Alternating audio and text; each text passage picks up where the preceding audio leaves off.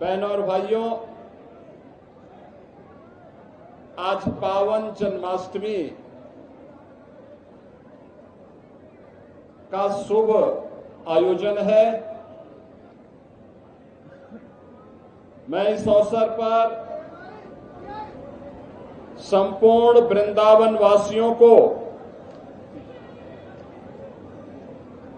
उत्तर प्रदेश वासियों को और पूरे देश और पूरी दुनिया के अंदर जहां कहीं भी सनातन धर्मावलंबी निवास करता है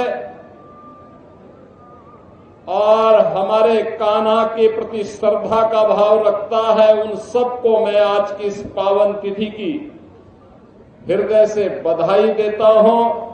और उन सबके लिए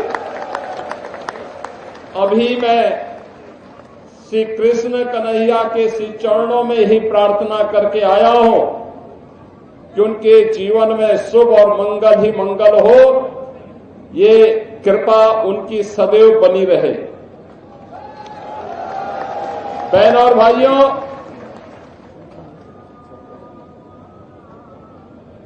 पांच 5000 वर्ष से भी पहले से ये ब्रजभूमि भगवान श्री विष्णु के पूर्ण अवतार के रूप में द्वापर में अवतरित भगवान श्री कृष्ण के पावन अवतार और लीला की भूमि के रूप में जानी जाती है। ये हम सब उत्तर प्रदेश वासियों का सौभाग्य है कि भगवान श्री विष्णु के जो अनेक अवतार हुए हैं, उन्होंने अपने अवतार से उत्तर प्रदेश की भूमि को बार बार कृतार्थ किया है। अगर अयोध्या से राम जन्मभूमि के रूप में जानी जाती है, तो हमारी मथुरा भगवान श्री कृष्ण के पावन अवतरण की भूमि है। भगवान श्री कृष्ण ने अपनी संपूर्ण लीला इसी ब्रज क्षेत्र में, यहां पर उनकी लीला को देखने जानने का सौभाग्य इस ब्रजभूमि को प्राप्त हुआ। आज भी यहां के रज रज में, कण कण में श्री कृष्ण की भक्ति, राधा रानी की शक्ति के दर्शन इस ब्रजभूमि में हम सबको होते हैं। जो भी कृष्णमय हुआ, उसने अपने जन्म और जीवन को धन्य कर दिया। बहन और भाइयों, ये हमारा सौभाग्य है कि मुझे पिछले 8-9 वर्षों से हर वर्ष 2 बड़े आयोजनों में यहां पर साक्षी बनने का अवसर प्राप्त होता है। जन्माष्टमी का पावन पर्व भी और बरसाना में रंगोत्सव के पावन आयोजन में भी। और इसीलिए हमारी सरकार ने तय किया कि हम लोग मथुरा, वृंदावन, बरसाना, गोकुल, बलदेव, गोवर्धन और राधा कुंड को तीर्थ के रूप में उसकी पौराणिक मान्यता को फिर से बहाल करेंगे। डबल इंजन की सरकार प्रधानमंत्री मोदी जी के मार्गदर्शन और नेतृत्व में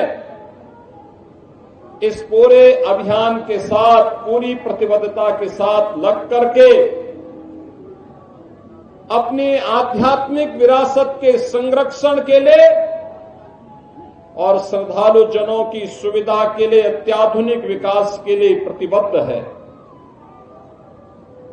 ब्रज क्षेत्र के विकास के लिए ब्रज तीर्थ विकास परिषद यहां पर कार्य कर रहा है। सभी माननीय हमारे जनप्रतिनिधिगण मार्गदर्शन दे रहे हैं और कृष्ण कन्हैया की कृपा जो है यह क्षेत्र विकास के नित नए प्रतिमान को स्थापित कर रहा है।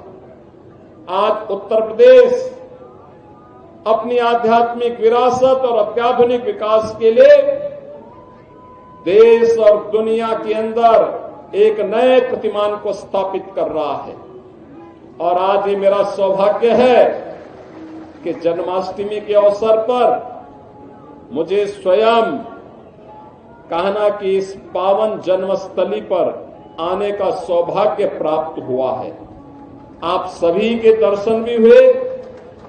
आप सभी को मैं एक बार फिर से पूरे ब्रज वासियों को, मैं पूरे प्रदेश वासियों को आज के इस पावन पर्व पर मैं हृदय से बधाई देता हूं। हमारा संकल्प होना चाहिए जो प्रधानमंत्री जी ने देश के स्वाधीनता के अमृत महोत्सव वर्ष के अवसर पर हम सबको संकल्पित करवाया था और वो संकल्प थे पंचप्रण के, गुलामी के अंशों को सर्वथा समाप्त करना, स्वदेशी को जीवन का मंत्र बनाना, विरासत के संरक्षण के लिए कार्य करना, देश की सीमाओं की रक्षा करने वाले और देश के अंदर आंतरिक सुरक्षा को बेहतर बनाने वाले जवानों का सम्मान करना और समता और सामाजिक एकता के लिए कार्य करना। बहनों और भाइयों, आज जब हम काशी में जाते हैं तो काशी विश्वनाथ धाम हम सबके सामने पूरे वैभव के साथ देश और दुनिया को आकर्षित कर रहा है। अयोध्या में जाते हैं 500 वर्षों की गुलामी के प्रतीक समाप्त हुए। अब श्री कृष्ण श्री राम जन्मभूमि पर भव्य राम मंदिर का निर्माण होकर के दुनिया को अपनी ओर आकर्षित कर रहा है। हम लोग योग माया की उस पावन भूमि पर जाते हैं जो विंध्यवासिनी धाम के रूप में आज दुनिया को अपनी शक्ति का एहसास करा रही है। वहां पे भी एक भव्य कॉरिडोर बनकर के दुनिया के श्रद्धालुओं को अपनी ओर आकर्षित कर रही है। श्रद्धालु जनों की बेहतर सुविधा। बहनों और भाइयों, यहां पर भी श्रद्धालु जनों को, आने वाली कोटि कोटि श्रद्धालु जनों की सुविधा के साथ ही 5000 वर्ष से अधिक की पौराणिक विरासत के संरक्षण के लिए आधुनिक विकास की प्रक्रिया के साथ जोड़ने के इस अभियान के साथ हम सबको मिलकर के कार्य करना होगा। याद करना उन दुष्प्रवृत्तियों से जो देश को कमजोर करना चाहती हैं, जाति के नाम पर, क्षेत्र के नाम पर, भाषा के नाम पर, किसी अन्य वाद के आधार पर, उनसे सावधान होना होगा।